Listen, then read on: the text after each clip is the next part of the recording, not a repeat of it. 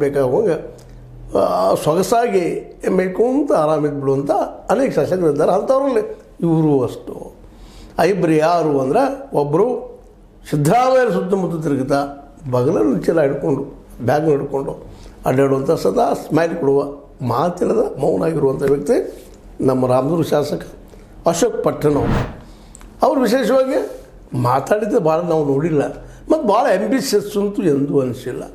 ಅವ್ರ ಜೊತೆಗೆ ಇನ್ನೊಬ್ಬರಪ್ಪ ಅಂತಂದ್ರೆ ಅವ್ರು ಇನ್ನೂ ಏನಪ್ಪ ಅಂತಂದ್ರೆ ಎಲೆ ಮರೆ ಕಾಯಿದ್ದಂಗೆ ನಮ್ಮ ಮಹಾಂತೇಶ್ ಕೌಜಲ್ಗಿ ಅವರು, ಅವ್ರ ತಂದೆಯವರು ಹಿಂದೆ ರಾಜಕೀಯದಲ್ಲಿದ್ದ ನಿಮಗೆ ಗೊತ್ತದ.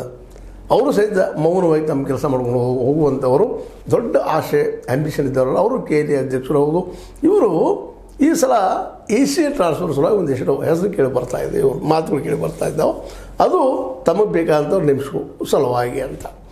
ಇದು ಇವತ್ತು ನಮ್ಮ ಸತೀಶ್ ಜಾರಕಿಹೊಳಿ ಜೊತೆಗೆ ಒಂದಿಷ್ಟು ತಿಕ್ಕಾಟಕ್ಕೆ ಕಾರಣ ಆಗಿದೆ ಅಂತ ಅನ್ನೋಂಥ ಮಾತುಗಳು ಕೇಳಿ ಬರ್ತಾಯಿದ್ದಾವೆ. ಸುದ ತಮಗೆ ಬೇಕಾದಂಥವ್ರು ECಗಳು ನೇಮಿಸ್ಕೊಳ್ಳೋದು, DCಗಳು ನೇಮಿಸೋದು ಇದು ನಡೀತಾ ಇರ್ತಾವೆ. ಮತ್ತೆ ಅಧಿಕಾರಿ ನೇಮಿಸ್ಕೊಳ್ಳೋದು, ಅರಣ್ಯ ಅಧಿಕಾರಿ ನೇಮಿಸ್ಕೊಳ್ಳೋದು, ನೀರಾವರಿ ಅಧಿಕಾರಿ ನೇಮಿಸ್ಕೊಳ್ಳೋದು ನಡೀತದೆ. ಈ ಸಲ ಒಂದಿಷ್ಟು ಅಸಮಾಧಾನ ಸತೀಶ್ ಅವರಿಗೆ ಆಗಿದೆ ಅಂತ ಕಾಣ್ತದೆ.